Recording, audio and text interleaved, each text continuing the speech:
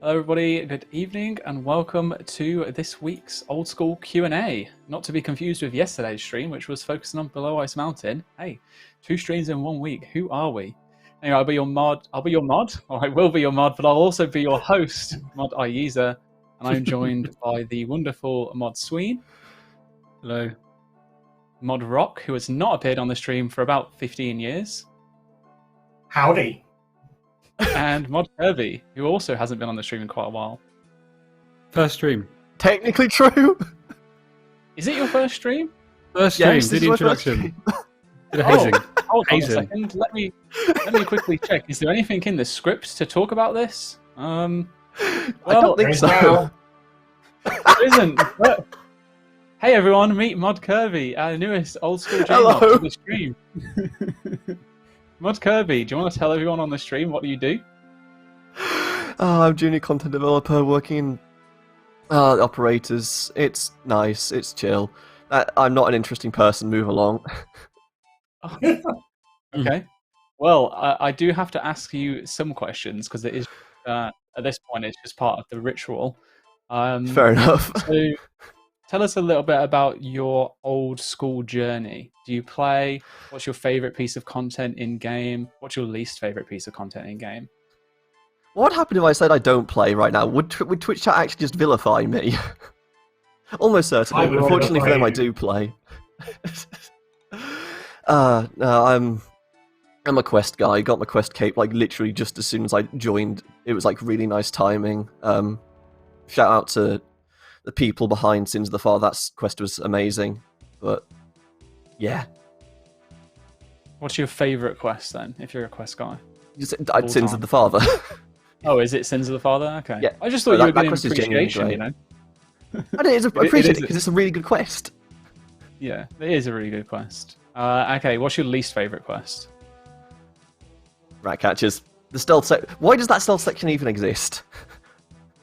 First change as junior developer, I'm removing that quest in its entirety. Just delete it. Okay. You probably make some people very happy over that, also some people not. But yeah, I never enjoyed it. I don't have the patience for it. And as I get older, that patience just becomes less and less. So I'm glad I don't get why people think it's difficult. Oh, here we go. Come on, Roq. It's not hard. It's... Just don't get spotted, forehead. All right, my next question for you is an age-old standard question for any new mod. If you had the ability to remove one piece of content in game that wasn't rat catchers, what would it be? You got ahead of me. What would it be and why? Oh. I'm gonna say. I don't have a good answer here because there's a lot of content in the game, and there's a lot of mediocre content in the game. There's not much bad content in the game. I'm trying to think of something I would actually remove, and I'm really struggling here. Just that passionate about rat catchers removal, it's the only Yeah, thing just you want. that one bit of rat catchers that annoyed me to no end. That I'm like, that's the only thing that stuck out to me in my entire journey. Okay, maybe on the flip side then, if you had the ability to add something to old school, what would it be? Rat catchers Rat too. catchers too. God damn it! I see where this is going. No, oddly enough, I would like to see a continuation of the Sea Slug quest line at some point in the future, but would require a lot of good design to make it actually worth doing. And there's a lot of good quests coming out that I'm aware of that are probably going to be more widely received as being good. So I'm okay to put that one on the back burner for now. Okay, all right, fair enough. Well, I think that was enough of an interrogation for now. I'll let you have a little moment. Before I jump into the announcements, I know I've taken up like 5 minutes, but just quickly, Sween, Roq, let me know, how are you both? How are you doing? I'll let Right, Sween go why don't you first. Oh, okay, I'll go. I'm polite. I'm good. I'm really tired. And I see people in the chat saying there's no in-game notification. We've been informed that Mod Sani is hard at work and doing this, but 5 minutes late. So I'll have a stern telling off waiting for him after this stream. Call him an I'm idiot good. I'm really sandwich. tired. Lots of meetings today. And we're gearing up for next week's Steam release, which is an announcement that I'll let Ayiza handle shortly. And I guess excitingly, there are 3 long streams next week. The first one is because it's our birthday on Monday the 22nd. Old School RuneScape turns 8 years old. So we're doing a extended stream.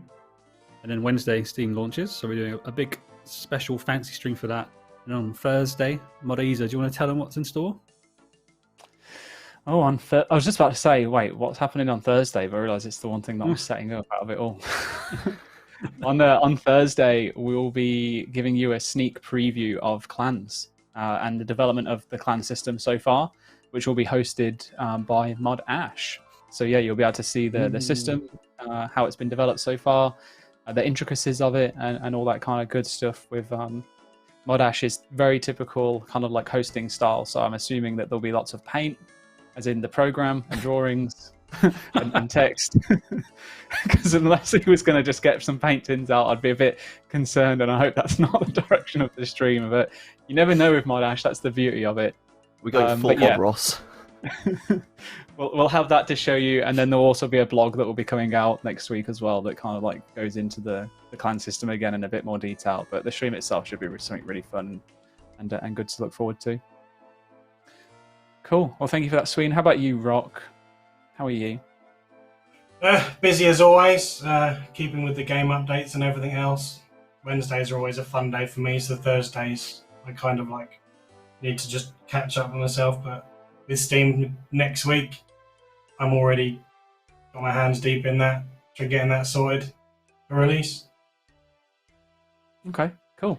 All right, well, shall we move on to announcements so we can answer some questions? Yeah, I think so. Okay, so the first announcement is Steam. Old School is coming to Steam on Wednesday, meaning we'll hopefully be welcoming tons of new players to the game. Now, to support our launch, you can wishlist the game today and help us get more eyes on Old School. So type Steam in the chat to find out more. You know, you might not be playing on the Steam client because you're already well-established veteran players that are also very good, and you have your preferred ways of playing, that's fine. But if you could just wishlist us on Steam, it would be very, very much appreciated. It helps us a huge amount. We just want to make sure that as many people see Old School as possible.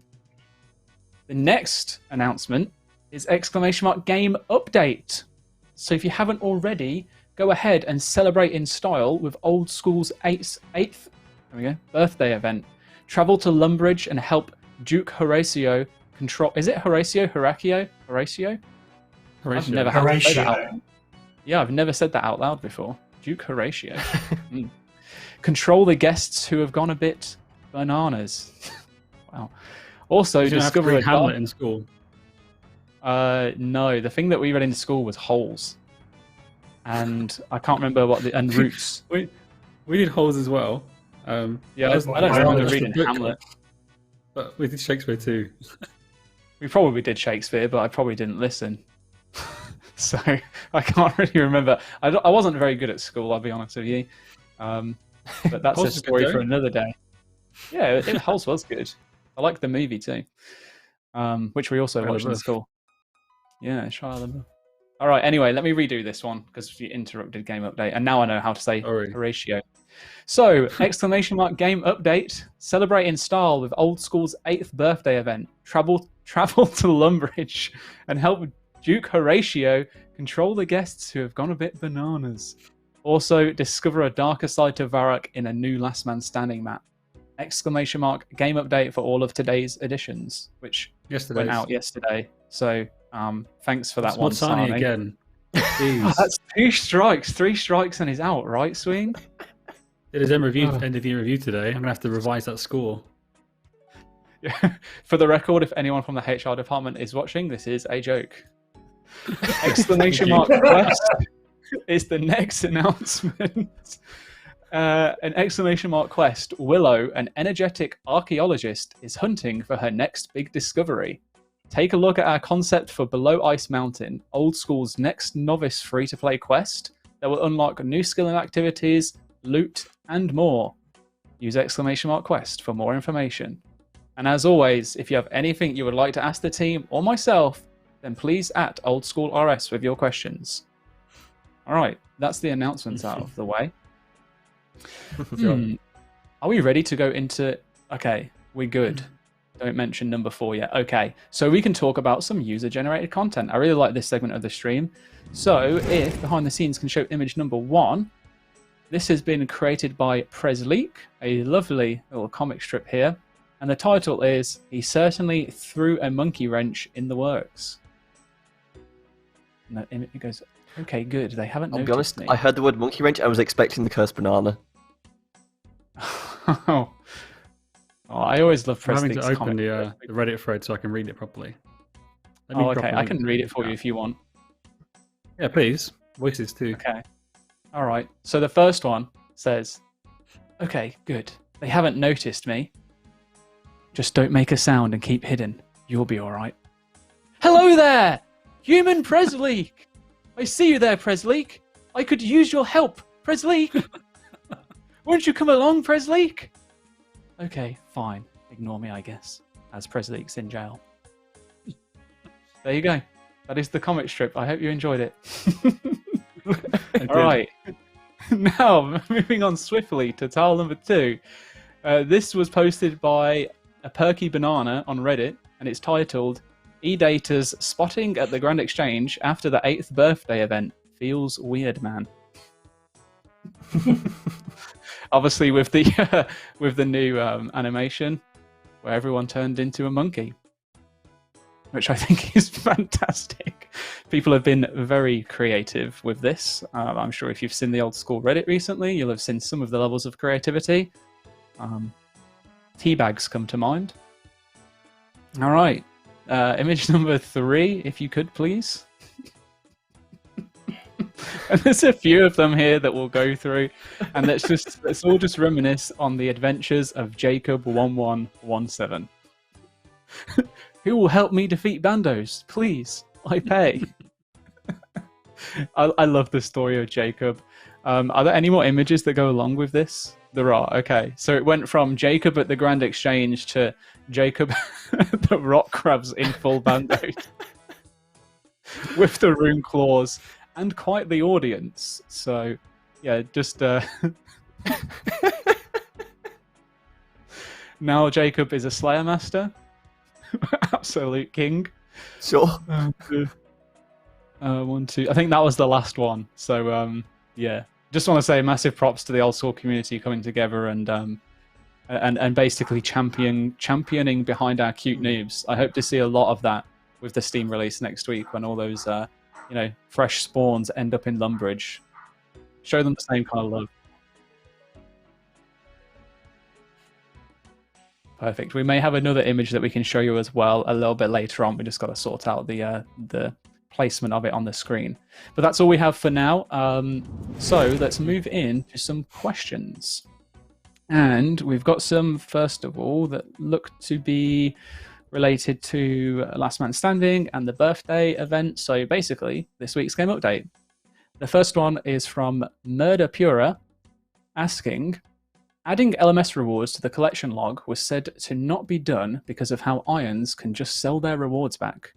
Now, lo and behold, they're all in the log and Irons can still sell them back to the shop. Will Irons lose the ability to sell back, or will mains get the ability to sell them back?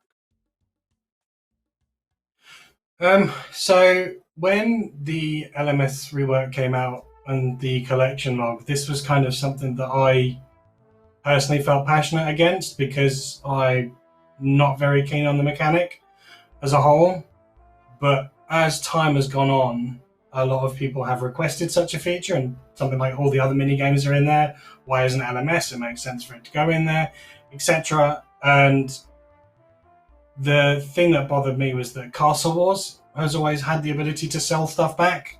So it's theoretically, without having to get all of the items, you can just sell them by the next one, and do something like that. So ultimately, because it existed somewhere else, I didn't really have much of an argument as player sentiment grew and wanted it to say, no, this shouldn't happen. And as a result, it went in. And as it stands right now, I don't think we're going to look to make any changes to it. Okay. Just to directly go to obviously- the question, I'm fairly sure mains can already sell to the shop as well. Someone call me out if I'm wrong. No one's calling me out, so I'm probably right. I Wait for the don't know chat. off the top of my head, but it would seem a bit weird to only allow one to do it and the other not to. Mm. But if it is that way, likelihood is that there was a reason for doing so. Okay, thank you. I'd have to I check guess in the code. Yeah, we'll go and check that, and if feedback warrants that it shouldn't be the way that it is now, then we can also look to review that. But at the moment, no planned changes. Have some changes for next week, though. If I Ooh, can do you do a wanna little talk bit about of them? sneak peek. If I may. So one of the things we noticed with the new Dark Varrock map is that the fog isn't necessarily like a great as a background when it comes in. So Mod Flippy has developed an awesome system which should go into your settings, which will allow you to customize what your fog color is set between 5 different colors. So for those people that have perhaps issues seeing it with some color blindness, just a little bit of a kind of a helpful for them. And as a result of some feedback that I requested on Twitter to find out what kind of changes people would like, some additional equipment that we can perhaps add in while we're doing updates around it. It's got to go through QA, but next week we should be looking at having full Varrocks in the minigame, the volatile staff with its special attack in the minigame, and the ancestral hat, which will be part of the roles as it comes through. And the only thing I'll probably point out, when you get Varrocks, you will get the full set in one go, because if it was split in half, it'd be very hard, like you were forced to get 2 kills for the actual set. So once they're in, we'll see how they're kind of balanced. And if we do need to split up Varrocks, then we can do. Or if there's other things like maybe full ancestral, changing the whips to a tent whip or adding in a tent whip without the venom, because that will be a nightmare in itself. Yeah, we'll definitely be looking to try and do things like that while LMS is in focus. Cool. That sounds awesome. I can't wait to see some Varrock combos. I think it'll be really fun. And I think it's little changes like that as well, which can help keep a game mode like LMS feeling fresh. Is just adding new items in every now and then, and just taking some away, and just keeping that kind of like cycle, just so that it feels different when you're playing if you haven't played it for a few weeks, for example, or even if you play it every day. So I like that approach. Seems good. All right, let's move on to the next question, which comes from Obvious Hornet 2294. It's in regards to LMS. If the strikes system has been put in place to prevent LMS bots, why are free-to-play players being punished by having competitive LMS removed for them? So this was put in as a double-barreled approach to kind of tackle the system. Because ultimately, had we put in one change and it didn't make an effect, the first thing that people would do is go, lol, you've made a change, it hasn't worked, sort yourself out, forehead, whatever. So we went with this approach. It is something that we are going to monitor. And if we feel like we have gone too far, we can look at lifting some of the restrictions and re-enabling it. One of the big things that came out of the discussion that we have the day after every release was that because free-to-play players could earn points, it did kind of make the Swift Blade no longer accessible. So we are currently discussing how we can perhaps reintroduce that, whether it's a free-to-play store to implement an untradeable version or various other ways to kind of get that back in. I guess just to be specific on that, it's like obviously free-to-play can buy it, not if you're an Iron Man. And there's there are free-to-play Iron Men that are out there that play. And we've done similar things in the past for small niche communities and such. So just a point of consideration. Sween, was there anything that you wanted to add? As well? Yes, there please. We go. I made some notes beforehand, which is why he's prompting me. So there's also it's not about us punishing players. I think it's about us trying to establish more barriers to entry. Unfortunately, as a game team, that's all we can really do directly to improve the anti-botting situation. Other areas of the studio that aren't us are working on improving the anti-botting situation and trying to establish like a longer term solution. But whilst that's taking place, we need to consider what we can do as a content team, and that is typically identify areas where we can directly have an impact. And if you have other ideas, content changes to kind of help us reach this goal, send them to us. And Mod Kieran has also added some notes too. He's not on the stream, but you know, Kieran, he loves Q&As, so he's added some input, which is usually helpful. He said, FYI, I do believe the vast majority of people playing competitive LMS are members rather than free to play, so he doesn't have the numbers to hand.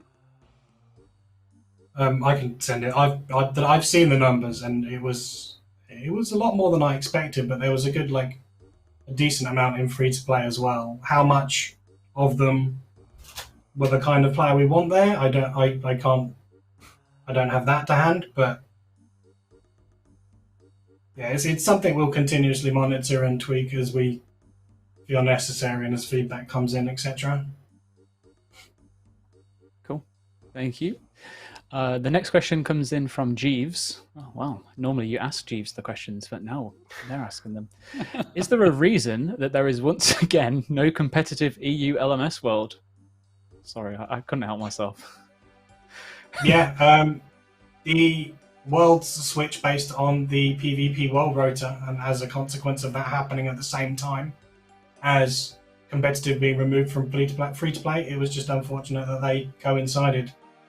So basically, when they switch in 2 weeks, EU will have the competitive world and US will have the casual world. Okay, I'll ask this next question, and then I want to ask one myself, if that's okay. I'm being very, very selfish and naughty here. But Craig has asked, why did the devs decide against adding a European world for LMS, even if it was just for a week to play the new map? I'm the guy that deals with the worlds, and that it's kind of like my job to think about those things, especially when it's a project that I'm trying to head up. So yeah, that's my oversight on that one. It would have had to have been for a number of weeks, say 4, so it's fair between the US and the EU. But yeah, in all honesty, had I thought about that and done it, then I couldn't see why I wouldn't have. But we're not looking to do that from now on. At this point, we're not going to add it late. So the question that I wanted to ask is basically, will we ever be in a position where we can just have both EU and US worlds active at the same time, so players can have that choice and not have to depend on the rota? I'm definitely hoping so. Obviously, we have to see how the bot features go, or the anti-bot features we put in go. Also, something we've been working on behind the scenes is try to get a survey sent out to people who use the worlds in the world rota, kind of see how they feel about it, whether the world should change more often, whether they shouldn't change, whether they should be active in all locations, etc. So this is something that we're continuously trying to gather information on and decide the best way forward. Okay. All right, thank you. Next question is from Vrift Tech, and they ask, why is a solution for PvP botting to remove the content? And they're referring to the LMS removal from free-to-play and Bounty Hunter, when for skilling and PVM, that would never even cross your mind. That's a good question. It's not the solution. The solution shouldn't ever come from content alone. We are really kind of reliant on the rest of the studio helping to improve the anti-botting measures. It's like what I said earlier, which is about kind of barriers to entry and what we can do as a game team directly. I think the honest answer is that PvP content, especially if it's profitable, is really easy manipulated, because it's based on account versus account. And, maybe they're not real players. Maybe it's bot versus bot or gold farmer versus gold farmer. Whereas with PVM, it's different, because we have the ability to kind of change how that core interaction works. And with PvP, we've always wanted to try and onboard players into Last Man Standing and say Bounty Hunter as well. So a really low barrier to entry is useful, like with LMS and Bounty Hunter initially. The barrier to entry, you didn't necessarily, LMS, right? You don't require gear. You're given that gear to go and participate in. as we take requirements higher and higher, then that diminishes the opportunity of onboarding new players into that. And it's a really good question. And to be honest, we don't necessarily have the right answer or the best answer for it. It's just about thinking what we can do as a game team to have like a quick and effective solution. And sometimes the effective solution, until we have that level of support from around the studio, is a kind of either the temporary or the permanent removal of the content. And we hate coming to that point. Mm-hmm. You don't see the kind of behind the scenes discussions where we didn't like turn off Bounty Hunter with lots of joy and happiness. It was something that it was quite a horrible decision to come to, but we felt like that was the most effective way of resolving the issues around it, with the kind of the time and the support from the rest of the studio that we had available. Okay. Well, thank you for that very in-depth answer. That sounded really sarcastic, but it wasn't. I actually really like the answer. Thanks, Sween. Okay, so we just got a couple more questions that are related to LMS/PvP, and then we can move into the general questions. This next one comes in from Orbs, and they ask, will LMS be a multi-map game in the future, keeping the new one in rotation with the old one? As in, well, at the moment, basically when the game fires and takes people in, it picks a map at 50-50. I would love there to be like a dozen maps that people can perhaps vote on the one that they want to play, like as if you're in a Call of Duty matchmaking game that after every game you can kind of pick the next map to go to, etc. I don't see us taking out the old map at any point, but I would like to think that we could perhaps make some changes to the old map, like remove the jarring black edges because of the limitation that we had in instances back then when it was created, and things like that to make it a bit more friendly. But yeah, I can't see us ever not having the maps in rotation. Cool. All right. Maya, by the way, has asked, many players avoid PvP, blocking rewards that are widely used in PVM behind LMS and only obtainable from LMS for these players is frustrating. Are there any plans to allow us to obtain these types of rewards elsewhere? So, I'm not a PvP guy. I have not done anything regarding PvP except for one time where I was trying to do a sled task in the wilderness, so I got ganked. But, like, the thing about it is, there's other content that people don't do that have rewards locked behind them. For, like, say you're a PVM person, but you want to do achievement diary, so now you have to go do Mage Training Arena so you can get bones to Peaches. Like, that is essentially the same thing. The only difference is instead of doing Mage Training Arena, you're doing Last Man Standing. And at least you can buy most, if not all, of the LMS rewards. So, there's precedent in the game that you have to do certain content to get certain rewards. I don't see that particularly changing. You look at PvPers that feel like they're forced to do quests in order to get the account build that they want. I think a lot of it is swings and roundabouts. That if you want a dragon pickaxe, then go to the wilderness. That's where it is. Yeah. Okay. That's fair. I was going to add an iron point, but I thought, no, don't do it. Don't do it, Ayiza. Just ask the next question. So I'm going to do that. All right, this question comes in from Zora's Lil Snakeling. Interesting. And they say, is it possible to add an ELO system to LMS to somewhat skew players of similar skill levels together? I don't think I could fathom how long a proper ELO system would take to develop. Because realistically, the one in the Bethel Games Room isn't a real ELO system, and the fact that it's a 1v1 in that aspect. I think I've probably had this conversation with numerous people numerous times, and until you can dedicate like the size of a medium to large project in order to develop it, I don't think it could realistically happen anytime soon, as much as I'd love for it to be a thing.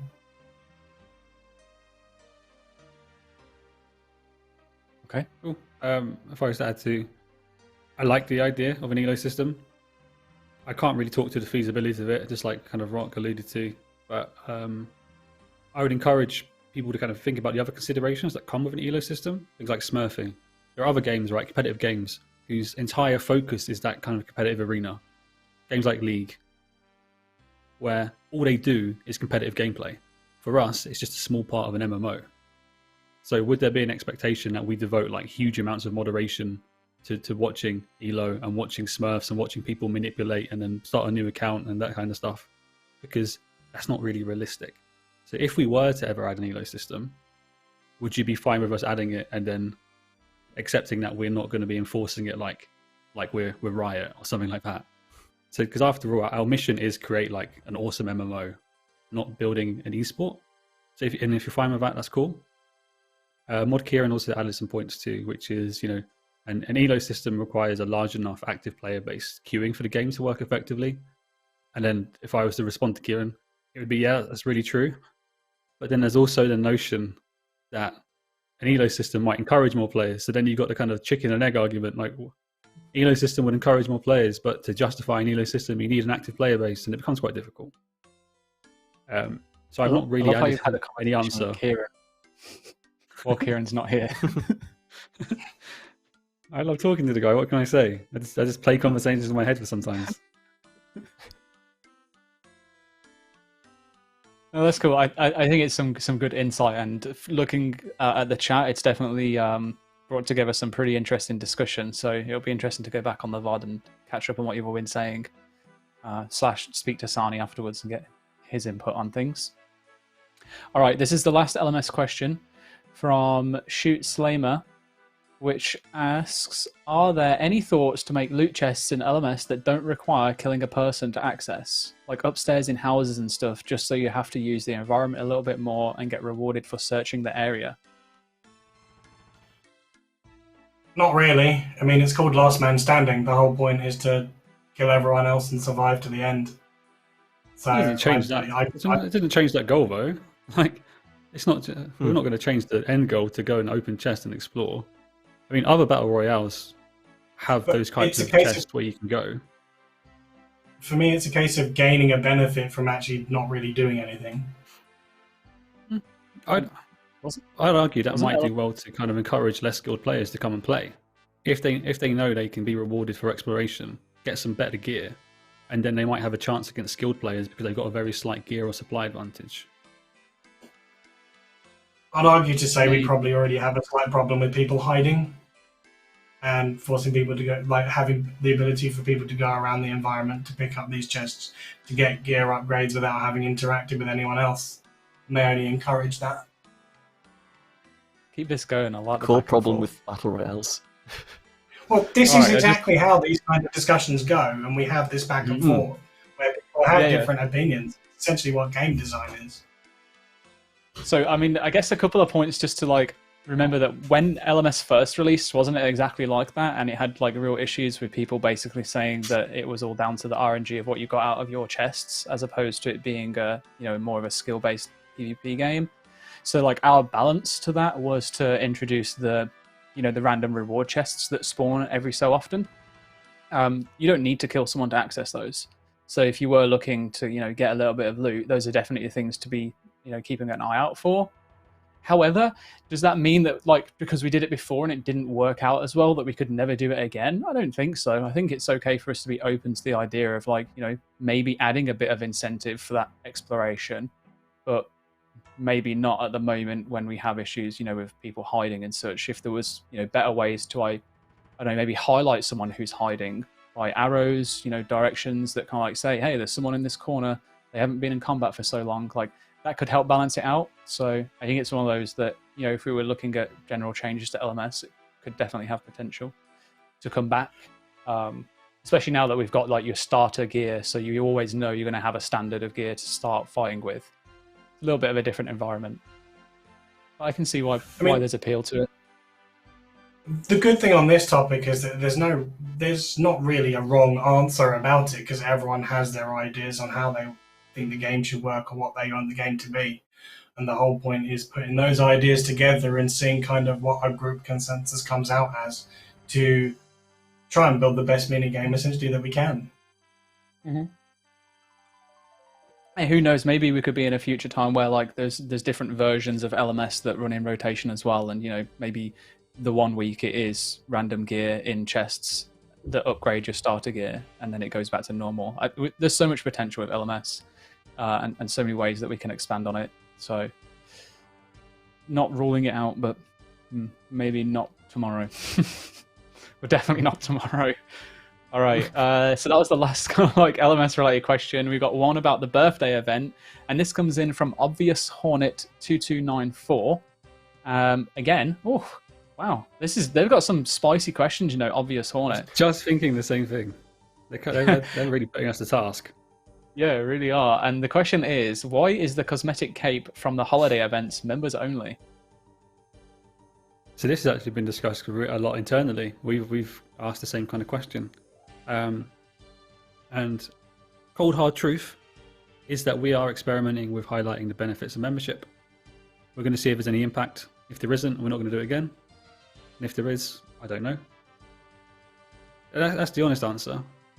Other holiday events have had members only rewards, but in a way that probably makes more sense, i.e., the PoH rewards, because a player owned house is members by definition, and that's not in it, and that wasn't really an intentional upsell. Whereas this one is a bit more of a concerted effort at upselling. It's really businessy. You might disagree with the approach, but we're just going to see if it is effective and if it is or not. Okay. Well, yeah, I mean, I can't fault you for being honest. Thank you for that, Sween. Hopefully, chat, you understand. And if not, let us know. Okay, so we can move on to some normal questions, but before we do, I've been told that we have the ability now to show you off that last piece of content that we were going to. So if you can, behind the scenes, roll the UGC.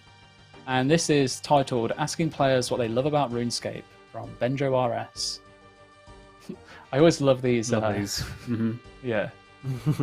Well, we're going too quickly, guys. With all my heart. This is fast. I love that there feels like there's always something to work towards. It gives me some good old nostalgia. It reminds me of times that were so much simpler. Peace and quiet. Love getting those rare drops in endgame content. Vibing. RS makes me relax. People's convos. I couldn't read the rest. I love how I can use one hand while playing. Oh.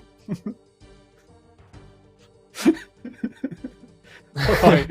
Make sure to spend some quality time with some loved ones today. That is an important message. Very, very nice way to end it. And tell someone close to you that you appreciate them. Wow. Old school community, I appreciate you.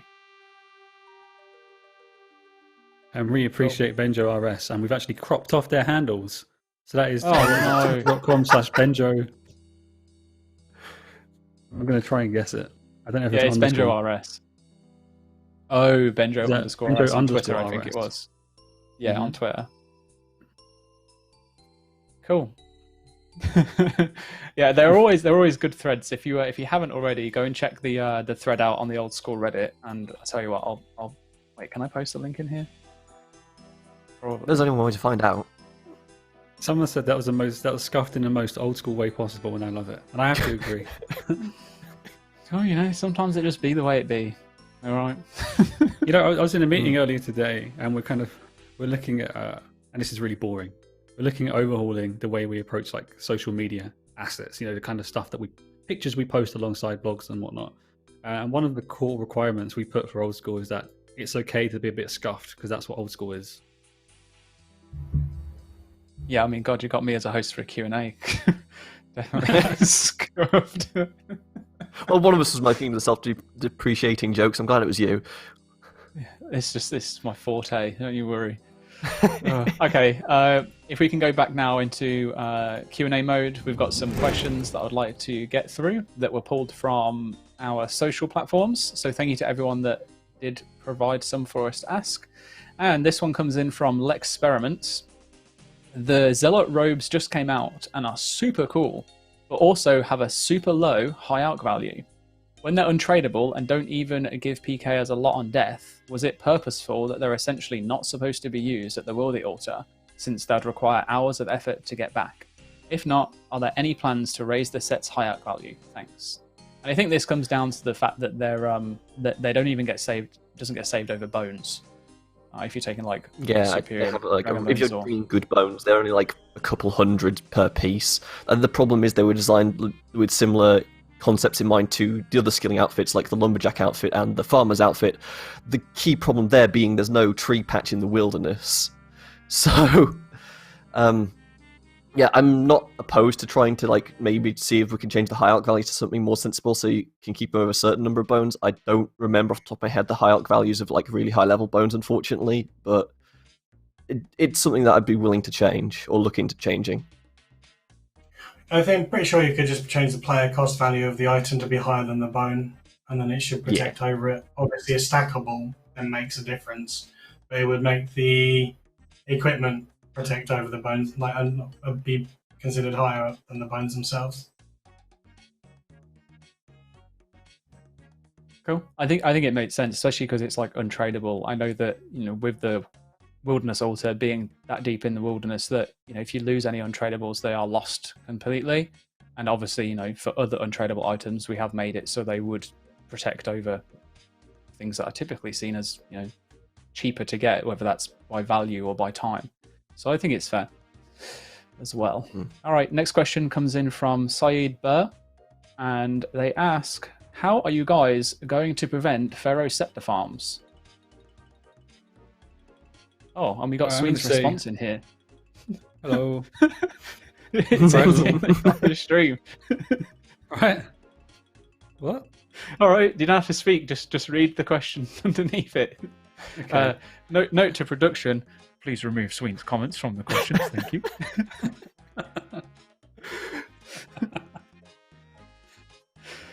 What are you going to say, Sween? No one knows. It's such a mystery. The question was about Pharaoh Sceptre farms, isn't it? And preventing. Yeah. How are you going to prevent Pharaoh Sceptre farms? I'm going to say barrier to entry again. So we were asked about botting and things like LMS earlier, and how, as a content team, we consider how we can deter that kind of stuff. We've got a few ideas, and it's something we want to solve. It's something we've been discussing. I don't think we've fully agreed on the changes yet, but it is something we're looking to add sooner rather than later. Yeah, if I'm not mistaken, there was some design shared around earlier this week in regards to how that change could look. So we're really close to having that finalised. It's just coming to an agreement internally. Things also like master farmers and stuff too. So, all right, that's a good point. You know, earlier the question was you don't consider this for things like skilling, and that's not entirely true. I'm not going to get too defensive because I think sometimes we've taken too long to make these types of changes, and the onus should be on us to do better. But we are going to be. We're looking at the other types of content that have really low barriers to entry. Cool. Thank you. All right. Congo Lips has asked, can Soul Wars be given a call-out menu similar to BA? Currently, team coordination is near impossible because half your team is just AFKing for Zeal. So I think there are 2 points to this question. The first one is the coordination, and I really like the call-out idea. I'm not saying yes, but I like it. And the second part is the AFKing bit, because that's what you really want to. That's what the player seems to want to solve. And I think we should look at deterring AFKing. Maybe we take a bit of another look at the activity meter.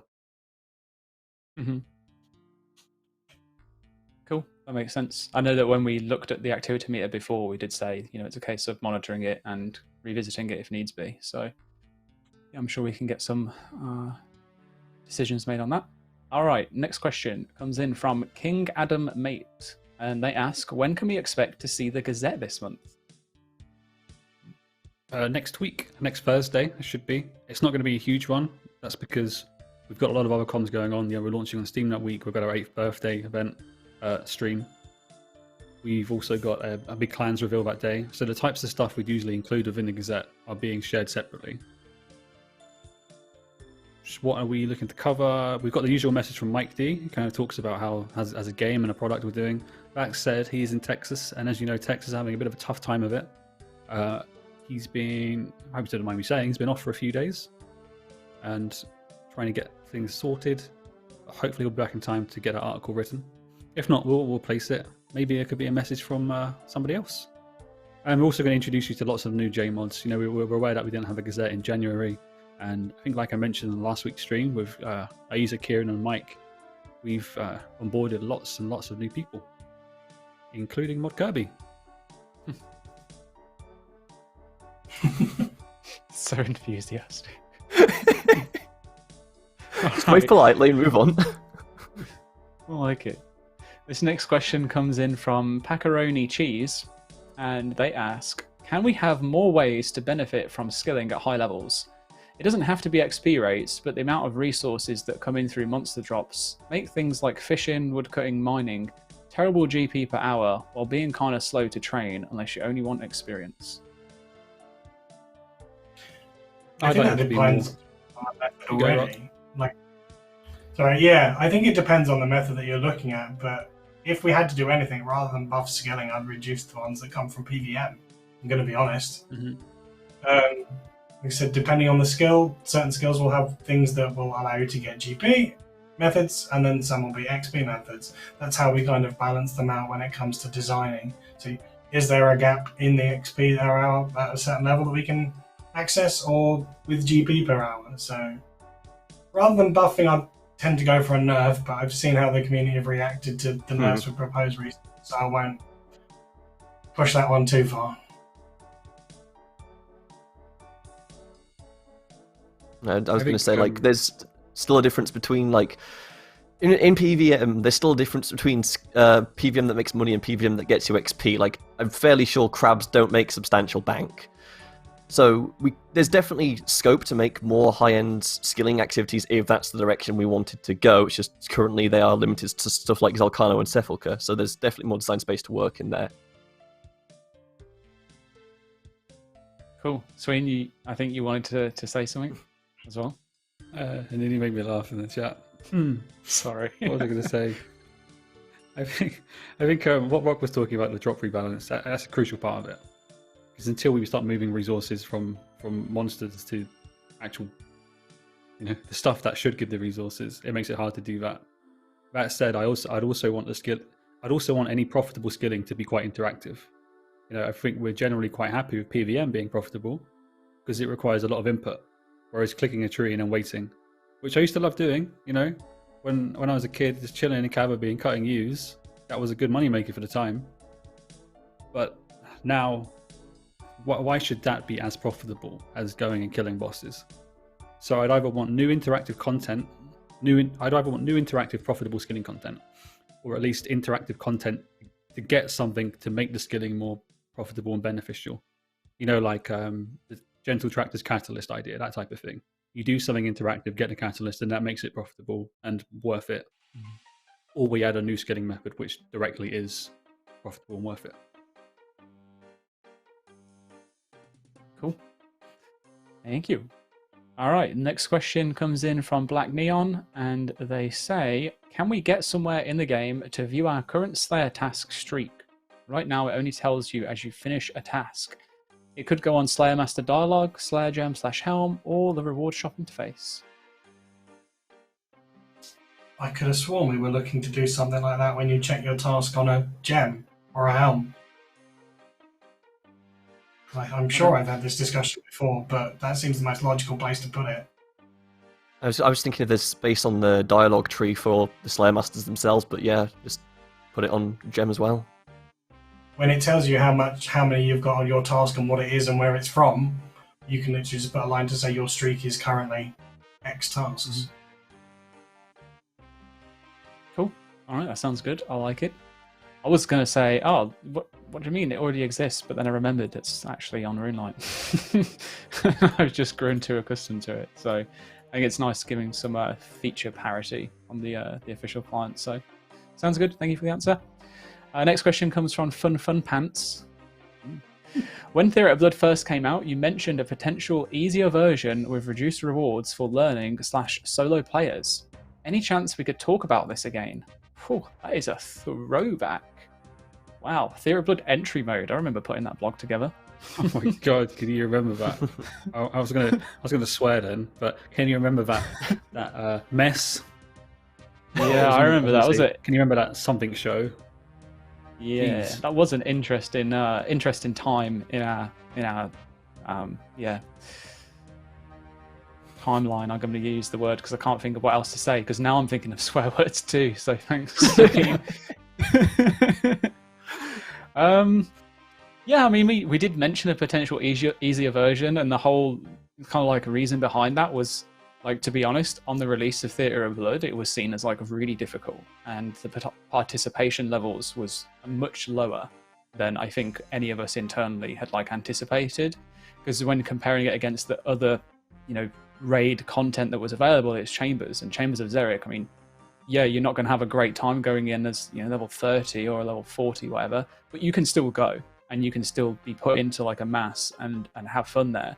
Whereas like no one takes you to Theatre of Blood unless you're obviously prepared for PVM situations. So like the entry mode was meant to be in response to basically, one, allowing people to learn the raid so that they could then join the more experienced groups, but also make it more accessible to those that weren't maxed with like max gear. I don't really see people ever talking about it though, like since that blog went out. And I mean, we did cancel it because there was a lot of backlash from a lot of the higher level PVM community as well, but also to those players that were like aspiring to just be at the point where they felt like they were ready to go to the Theatre of Blood, and having this entry mode may have taken away from that experience. Let's be really honest with it too. We weren't at launch. We weren't planning on doing anything like this, and then, like you said, it released. And if I'm, I think we should be fine saying this because it was about 2.5 years ago, maybe. There was a bit of a feeling among some people in the studio and the product, the game, that it was a failure of an update because it didn't lead to 1 million players coming in and playing it, which is never going to be realistic anyway. So we were trying to balance community expectations, us as a game team, and then this really weird whim that this should have brought in tons and tons of members when it's always aimed at end game players. So as a response, we quickly mocked up that pitch. Players weren't too keen on it, and then we dropped it. Yeah, I think as like a concept. Go on, Roq. Sorry, go ahead. Oh, I was just going to say, as a concept, like I don't hate the idea of it. When I wrote the blog, I put like obvious links to other systems that work, similar to it, such as in World of Warcraft, you have looking for raid. And I know a lot of people are like, unhappy about that, and that play World of Warcraft, for example, and they're scared of how much it can change things. I think it's one of those that if it was done right, then it has a lot of potential to open up areas of the game to a lot more people. And it probably would help with a lot of the inaccessibility issues that, the high level players that can't get into a group have. But it's one of those that it's like, I think it's really hard to get that balance right, because what happens if you have experienced people going into the lesser experienced raid? Do you significantly, it's like that balance between how much you get in terms of like GP, what rewards, should they be unique, should they not, and if there are they really higher rates? I don't know. Someone asked me what's my Theatre of Blood kill count. I think it's like 13. I haven't done very many. I got carried as well, but it was hella fun. I think Chambers is harder than Theatre of Blood though, but that's besides the point. Yeah, I think it's got potential included in. Yeah, sorry, you go. Yeah. So I was just going to wrap up, I think, on what you were going to say then, Sween, is I think it's got potential, but it needs a lot of time and consideration, and it should be something that gets pitched with the main content as well, and it's more of a supporting piece, so that you're fully aware going into it that it's two pieces in one, and not just, release it, think, oh, this is too hard, we need to make it more accessible. That is like exactly what I was going to say, or half of it. It shouldn't be an afterthought. It needs to be carefully considered. It needs to be part of the core update rather than tacked on trash. And then the other thing I wanted to say is just to kind of follow up to what I mentioned earlier. The scenario I kind of mentioned, which was regarding the immediate release of Theatre of Blood and how some people thought that it was a bit of a failure because of didn't bring in loads of members. We don't have that approach now, or that mentality. It's not a consideration. We've got as far as the way I see it, we've got a lot of freedom to do what we want to do. and we help to establish what the success criteria is. So I saw somebody in the chat mentioned, that explains why there isn't much endgame content. That's not the case. We are going to go into endgame content fully expecting that not all of our players are going to play this, and that's fine. People are saying, it brings in new players in the long run. They just have to get there. You're totally right. But it doesn't have that immediate impact, and we are fine with that. Yeah, we are. It's like, for this one, I think it was more, just for like clarity's sake, it was more of a miscategorization in terms of what the update was going to, or trying to achieve. Because, ultimately, we know that endgame content is successful and isn't accessible to everyone. It's exactly the reason why the Inferno is the way it is and it's so difficult. It's not like we don't have the ability or freedom to do that. It's just that for whatever reason, back then, with the, whatever decisions were being made at the time, it was that, this was meant to be seen on a similar level to Chambers of Xeric, even though it was not the same or comparable. So, yeah. Anyone want to add anything else? Roq, you said you wanted to say something, I think. It would have just gone in circles, so we can move on. Cool. All right. So instead of circles, let's go in squares and go to the next question. This technocrat, I guess, asks, there are several options available for the player and house chapel. Saradomin, Zamorak, Guthix, Bob, and the newest, the Gnome Child. Are there any plans to add additional deities to the chapel, such as Bandos, Armadil, Seren, Zaros, etc.? It would be nice for those of us who do not want to have a themed chapel for the standard pantheon. What a great question. I love that. That's a good question. There's nothing immediate planned, but I like the idea. Gnome Child wasn't really, like a Gnome Child chapel wasn't really planned like a year ago. It just kind of came up. So I think where there are opportunities to do this stuff in a fun way, sure. I do personally like the idea of kind of PoH stuff being as monster drops or some other kind of aspirational drop, whether in the form of like blueprints or schematics, that type of thing. Similar to Twisted Blueprints, whatever they're called in game. Cool. All right. Imagine being able to get a certain KC at the boss and then break off part of the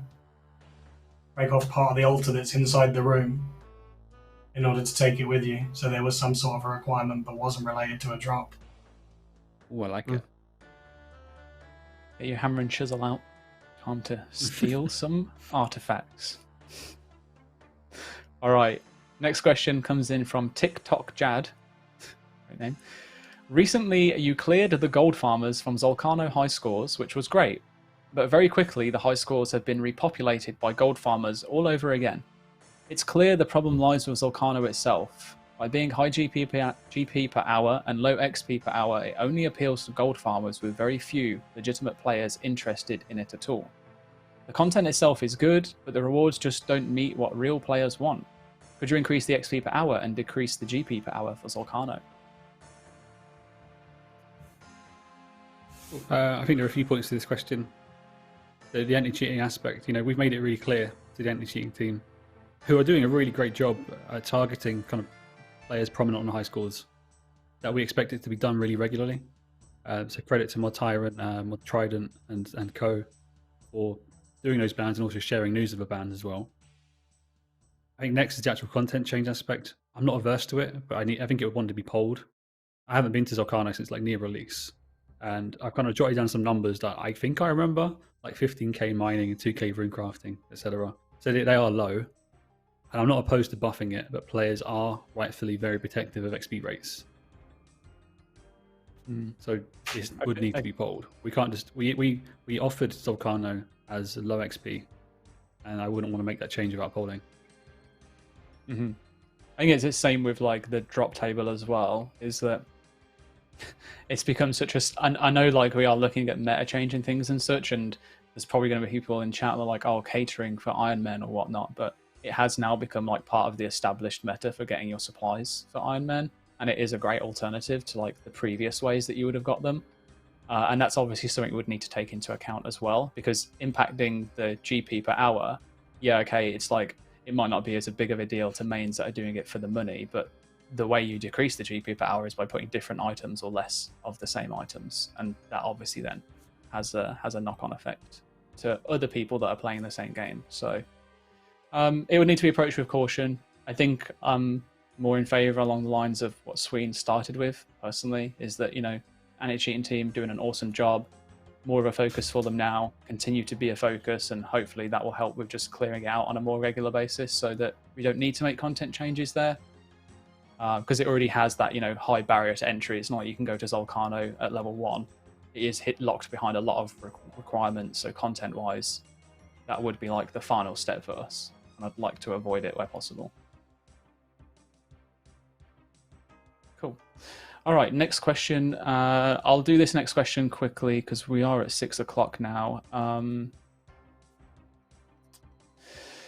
Which one shall I pick? All right, here we go. For those on production, I'm going to question 23, and then I am going to ask one more question afterwards. I think it's a good question. Sorry, I'm going to keep you for like 5 minutes. Question 23. This comes from Official Breath. And the question is, can we see a wilderness expansion, like level 60 and plus with high risk boss and high loot and high PK and clan, which I guess is like PK and clan activity? I thought you meant like just a bunch of PK and clans. We're just going to put them into the game for a second there. They're just chilling in the little zone. You have to kill the PK. Yeah. Rewarding. I really like the idea. I always have done. But I think one thing we need to do first as a team and the game and a product or whatever is establish what the wilderness actually is at the moment. And there is this big ongoing dispute between people saying the wilderness should offer high risk, high reward gameplay. And then you've got other elements of the community saying the wilderness shouldn't force non-PvPers into PvP scenarios when they don't want to be there, blah, blah, blah. And I'm not giving a ruling. I can share my opinion, but maybe that's for another argument podcast. And I really like the sound of that now, doing that kind of thing. But generally, I think before we approach a wilderness expansion or wilderness updates, which we do have on wilderness updates, especially we do have on the roadmap, we need to give like the Jagex ruling. This is what the wilderness is. This is our vision for it. Mm-hmm. Yeah, that makes sense. I also like your idea of an argument modcast as well. We just sit in and we just talk about our opinions on different things until someone caves. Cannot see that going badly at all. I've been in enough internal design meetings where the winner is usually the person who talks loudest. Yeah, sign me out. I don't like that. Get the worst quality mic and shout. All right. You raised some really good points there, Sween, and hopefully that ruling is something that we'll be able to establish as part of the wilderness changes that are coming up later this year. We are due to start like development around about April, according to the Gazette that was released last year that had it listed. So there's not too much time to wait between then and now. And yeah, we'll be hell-bent on making sure that we can address the right areas when it comes to wilderness. The last question is question 24, just the next one after for production, and this comes from J-Man. And they say, can we have shooting stars from RuneScape? I think it would be a nice change from Motherlode Mine and grinding mining. It was always fun finding a random star back in the day. Generally curious to see how people feel about those kind of distraction and diversions. I know it's something in the past that we've always kind of ummed and ahed about because a lot of them were more around kind of like a daily scape feel or a weekly scape feel with things like the defending the troll stronghold, etc. Something like shooting stars, it was like an always on kind of thing that if you were doing something and you happened to run past one, you could go, hey, stop and go have a look. Or if you specifically wanted to farm them, you could go have a look at your telescope in your play around house and go, oh, there's a star going to be here at this time. And try and rally a few people around you to go see what it's about. I'm enjoying seeing the split in chat. There are some really hard yeses and hard no's. I also think there's probably quite a lot of players who maybe they missed the whole distraction and diversion part of the game, whether they played in like the mid-2000s or maybe they're fresh to old school. I miss penguin hunting. I used to love doing that, and I just did it, the casual fun aspect. I'd grab a few clanmates and we'd go around and do that every week. So I think it's also shooting stars, especially. We've actually got a blog coming imminently. It was going to be tomorrow, but because Blue Ice Mountain is still addressing feedback, we're still going to make some changes. We'll push shooting star stuff back. In ideation time, and we spoke about this in the Gazette, and we surveyed it and stuff too. We said, how would you feel if we were to take shooting stars and make it old schooly? Most importantly, part of it is we remove the daily aspect. It's not a daily; it's just an activity. There's no compulsion to go and do it. No fear of missing out.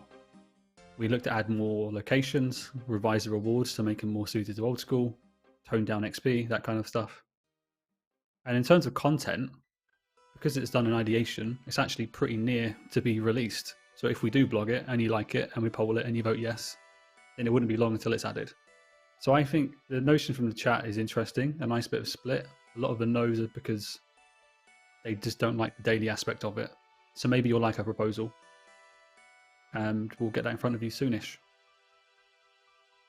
Okay, so how about I be really cheeky and ask one more question, and in the time that we're answering this question, we get a straw poll in the chat that lets people decide whether they would like to see shooting stars or not. Remembering that it's on the premise that shooting stars would have the daily aspect removed, more locations added, the rewards to be and the rewards would be revised. So they're like old school version of shooting stars.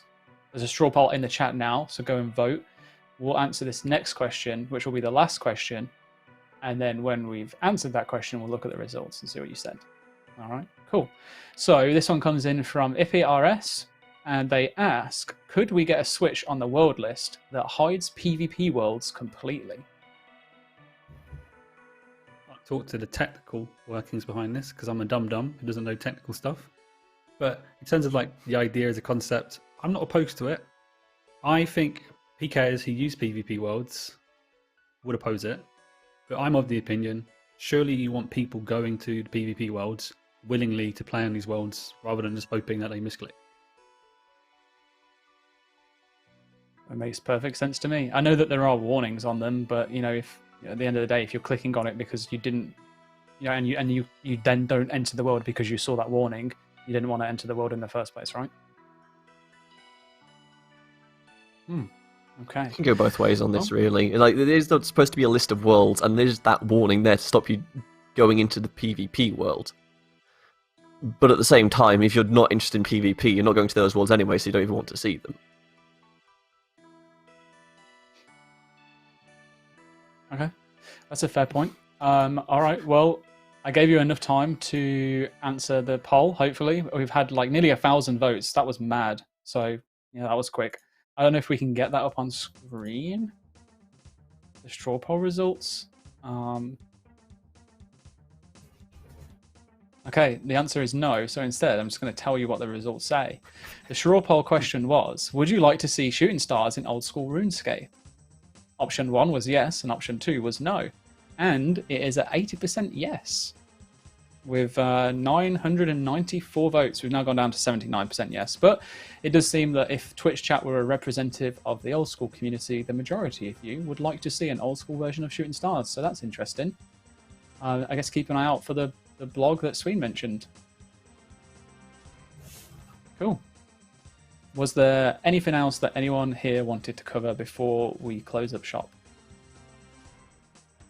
Wishlist Steam. Good. Wishlist Steam. Yeah, so announcements time. One last opportunity for me to go through the announcements and read this script. So, Steam. Old School is coming to Steam on Wednesday, meaning we'll be hopefully welcoming tons of new players to the game. Now, to support our launch, yes, you may continue using the client that you're using at the moment. We're not asking you to switch across. However, if you could wishlist the game today and help us get more eyes on Old School, that would be much appreciated. The more people that wishlist, the better it will be for us. So if you haven't already, type !Steam in the chat to find out more. Next one is !Game Update.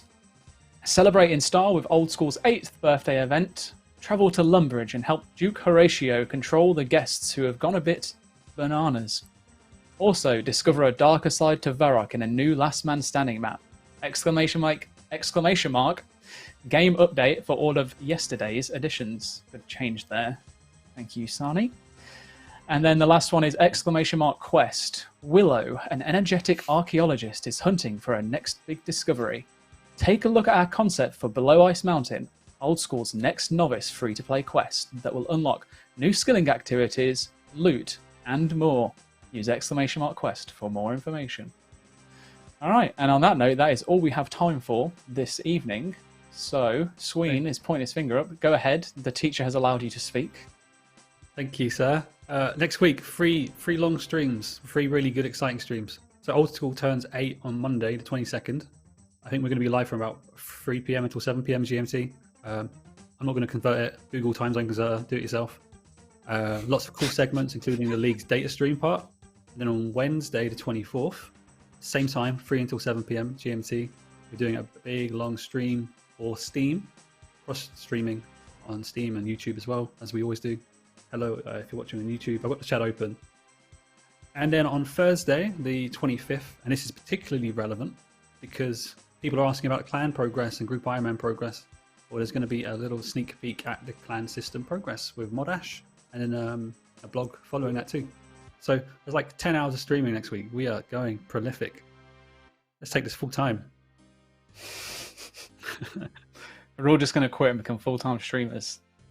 Nice. Oh no! I've gone full circle. Imagine doing that. Hey, deja vu. All right. On that note, I think it's time that we left. So everyone have a fantastic evening. Enjoy the rest of your week. Have a great weekend. Stay safe. Play old school. And continue being awesome. Bye-bye.